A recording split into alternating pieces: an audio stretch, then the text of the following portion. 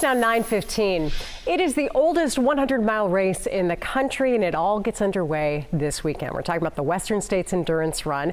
And joining us this morning to talk about it is John Trent. He is the author of a new book that's out called 5 Decades of History of the Western States Endurance Run. Congrats on the book first.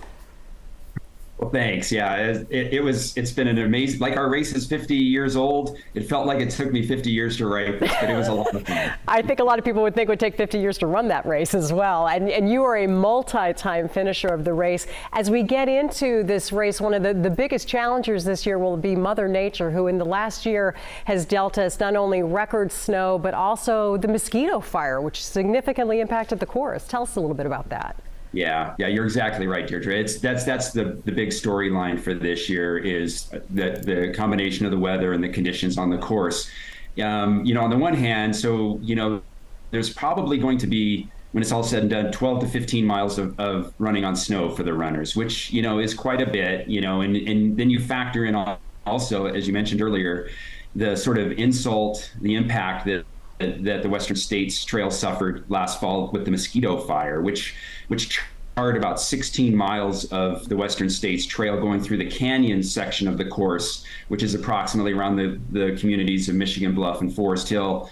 So that was severely impacted. So a lot of the shade that runners might normally have through that section is gone because of that.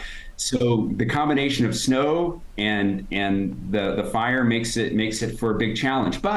And I noticed this earlier this morning. You guys did a great job of laying out what the weather is going to be like on Saturday morning, and that's very favorable. So this is going to be one of our cooler years, so that should help the runners quite a bit. Real quickly, you got a deep women's field. We do. It's off the charts, and of course, the headliner is Courtney Dauwalter, who's generally considered the greatest ultra runner out there right now. So having Courtney back, who won a race in 2018, and she comes from Colorado. She's a former collegiate skier. She knows how to run on snow. We're expecting great things from her, but she's going to be pushed the entire way. There's a number of really, really good ladies, most particularly Katie Scheid, who won the Ultra Tour de Mont Blanc in France last August. Highly competitive race. Yeah, she's amazing. Katie's going to be up there as well. And you've got 8 of the top 10 men from last year, not counting the winner coming back, so the men's race is really good. Okay, you've got 15 seconds.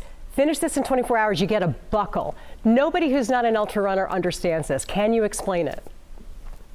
So it's made out of sterling silver. This is one of our great traditions. It's a beautiful belt buckle, usually considered one of the best in the world. So if you finish in under 24 hours, you get one of those silver belt buckles, and that's coveted. But also, if you finish in under 30, we have a very nice bronze buckle for the finishers as well. These are things that people wear around the rest of the year with a lot of pride. Oh, I would wear it on my forehead if I had one. Thank you, John. Thank you so much, you guys. Okay, let's go ahead.